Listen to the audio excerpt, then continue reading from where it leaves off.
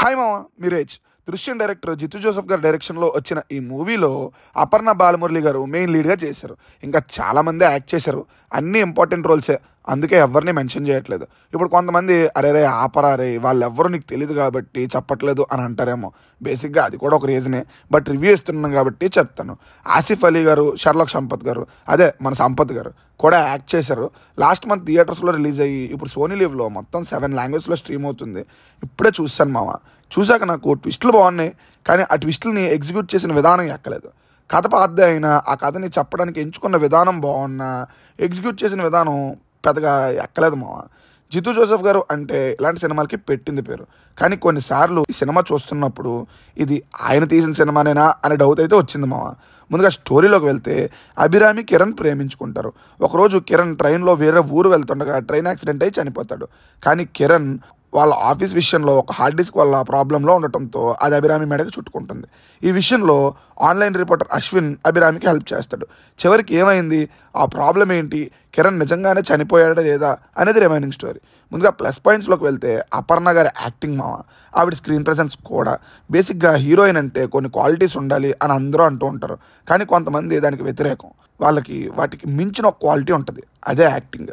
ఆ యాక్టింగే వాళ్ళకి బ్యూటీ క్వీన్గా మార్చేస్తుంటుంది, వాళ్ళని స్క్రీన్ మీద ఇంకా ఇంకా చూడాలి అనిపించేలా చేస్తుంది. అపర్ణ గారు ఆ కేటగిరీకే వెళ్తారు. బేసిక్గా 1 మ్యాన్ షో అని అంటారు కదా, కాదు ఇది 1 ఉమెన్ షో అని అనొచ్చు. మిగతా యాక్టర్స్ కూడా చాలా బాగా పర్ఫామ్ చేశారు. నెక్స్ట్ ట్విస్ట్లు, కొన్ని అన్ఎక్స్పెక్టెడ్ ట్విస్ట్లు ఉంటాయి, బాగుంటాయి. లాస్ట్ 50 నిమిషాలు కూడా సినిమా పరిగెడతా ఉంటుంది. విజువల్స్ కానీ ఎడిటింగ్ కానీ అన్ని బేసిక్ జితు జోసెఫ్ గారి సినిమాల్లో ఎలా ఉంటాయో అలానే ఉన్నాయి మామ. అశ్విన్ క్యారెక్టర్ చేసిన అతని యాక్టింగ్ కూడా బాగానే ఉంటుంది. నెక్స్ట్ మైనస్లు మామ. ఈ సినిమాకి మెయిన్ మైనస్ జితు జోసెఫ్ గారే మామ. ఆయన ముందు చేసిన సినిమాలతో ఆయనకంటూ ఒక రేంజ్ సెట్ చేసుకున్నారు, అది ఈ సినిమాలో మనకు కనిపించదు. ఇంకో ప్రాబ్లం ఏంటి అంటే ఆయన ప్రతి సినిమా ఇదే టెంప్లెట్తో ఉంటాయి మామ. ఒక ఇన్సిడెంట్ స్టార్టింగ్లో అయిపోవటం, చివరి వరకు అన్ని అబద్ధాలు అవటం, లాస్ట్లో చూపించింది మాత్రమే నిజం అవటం, ఇలా ఉండటం వల్ల ఇది ఒక టెంప్లెట్ సినిమా అనే ఉద్దేశం మనకు వచ్చేస్తుంది. ఆయన సినిమా అంటేనే ఆ ట్విస్టులకి ఎగ్జైట్ అయిపోతాం, చివరికి అర్రెర్రే ఆల్రెడీ చూసాం కదా అనే ఫీల్తోనే ఉంటాం. ఇక్కడ కూడా అదే జరిగింది. ఆ విషయంలో డైరెక్టర్గా ఆయన ఫెయిల్ అయినట్టు చెప్పొచ్చు మామ. నెక్స్ట్ అన్ని మలయాళం సినిమాల్లాగా ఇది కూడా కేరళ ఇడ్లీ సాగినట్టు సాగుతూనే ఉంటుంది. ఏదైనా సీన్ని మాటలతో చెప్తే వచ్చే ఎగ్జైట్మెంట్ కన్నా విజువల్గా చూపిస్తే వచ్చే ఎగ్జైట్మెంట్ గట్టిగా ఉంటుంది. కానీ అందులో ప్రతి క్యాండిడేట్ మాట్లాడుతూనే ఉంటారు. అందువల్ల సీన్స్ ముందు కథలో కదా పైగా చిరాకు తెప్పిస్తాయి. ఈ సినిమా విషయంలో నచ్చే విషయాలు నచ్చని విషయాలు సమానంగా ఉంటాయి, బట్ ఇది అందరికీ నచ్చుతుంది అని మాత్రం చెప్పలేం.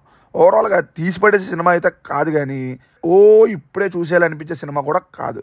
మనకి ఫ్రీ టైం ఉండి ఫ్యామిలీ మొత్తం ఒక మూవీకి టైం ఇవ్వాలి అనుకుంటే ఈ మూవీని వేసుకొని ఆ టైంని ఫ్యామిలీతో స్పెండ్ చేసేలాంటి సినిమా.